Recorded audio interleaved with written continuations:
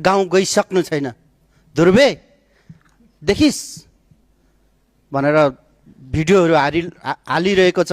गाडी एकचोटि रियल गाडी लगेर मेरो भोजपुरको माथि सिलिचुङदेखि तल हसनपुरसम्म स्पिडमा झार्नु भए म हेर्न चाहन्थेँ कस्तो पाक कुद्ने हुन्थ्यो।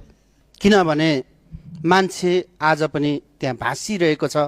राजेन्द्र राईले बोल्नुभएको सभामुख महोदय म अगाडि बढ्न सक्दिनँ भनेको छ, गाडी भाँसिरहेको, ट्रोलहरू आज व्यापक भइरहेको छ। मैले यो कुरा किन उठाइरहेको छु भन्दाखेरि यो वर्ष त यस्तै उस्तै भयो, तर आगामी आर्थिक वर्षहरूमा एकजना मन्त्रीज्यू हुनुहुन्छ, मुस्काउँदै हुनुहुन्छ।